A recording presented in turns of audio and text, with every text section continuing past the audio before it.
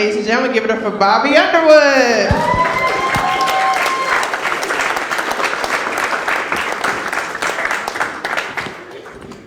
How's everybody doing tonight? Good?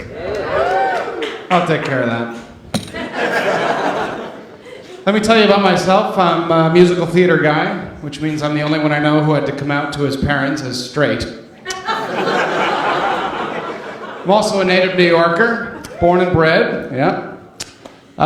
People think this is a dangerous city, but there are some things that we do in this city to get around that will get you killed in other cities. I'll give you an example. You can stop traffic in New York with your hand. Doesn't matter how big the intersection is, you can stop traffic just by going like this. No, I'm walking now. You stay there. I saw John Lovitz do it once, he was the best. No, I'm walking now. You wait your turn. I'm just gonna keep walking back and forth. You're looking at me going, I know him, but I don't know why. So the dating world, there's a segue. The dating world, not a fun world. I don't like doing it, but I'm in my 20s and that's the law. As I said before, I am not gay. This is not by choice. I cannot tell you, it pains me that people think it's a choice. I am living proof that being gay is not a choice, because if it were a choice, I would choose to be gay. Because I would go from having sex basically never to getting laid constantly. And speaking of marriage, I think that when I do get married, I'd like to marry somebody who is already my friend. After all, for a straight single male, what are female friends if not a list of candidates? But unfortunately, women don't see it this way. They seem to have two ladders for the men in their lives. These are the men I'm going to sleep with, and these are the men I'm going to cry to about it. And these are the gay guys. Dating is hard, we all try it. I went on a date last year. Yes, just one. The girl turned out to be a Jew for Jesus. Let me tell you something about Jews. Oi, that's right.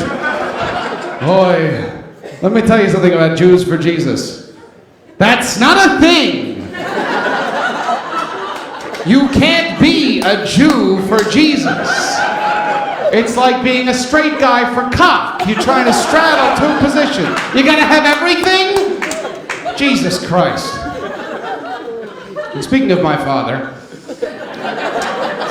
he's 84 years old, and he's not allowed to drive anymore. Not by the state, by my mother. She won't let him, he hits things. But I was in the car with him recently, and we're looking for a parking space, and my father kind of talks like Harvey Fierstein, so we're looking for a parking space, and I hear my father go, God, I don't believe in you, but if you give me a parking space, I will believe in you. I'll go to temple all the time, I'll pray every day, and I'll never eat pork again if you just give me a parking space, God. And then he sees one open up and he goes, Never mind, I found one.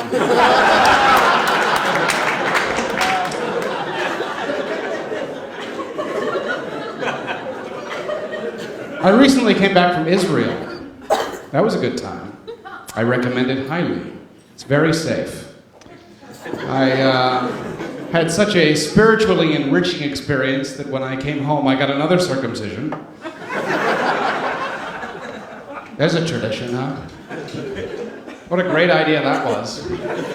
God made us all in his image, except for that little piece right there. We gotta cut that off. That's not good. It looks like a frightened turtle. The face is ugly. We want to see it.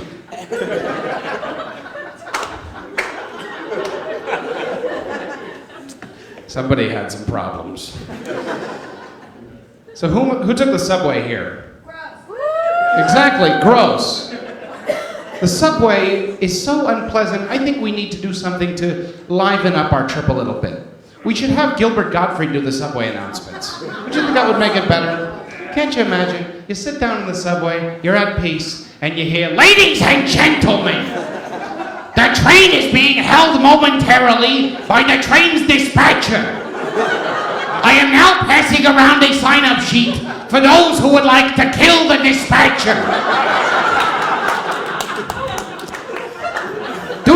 onto the tracks for any reason, not even to play pickle pickle with a rat. If you drop your cell phone, though, feel free to go after it. If you get hurt, Obamacare's got you covered. Thank you very much, ladies and gentlemen.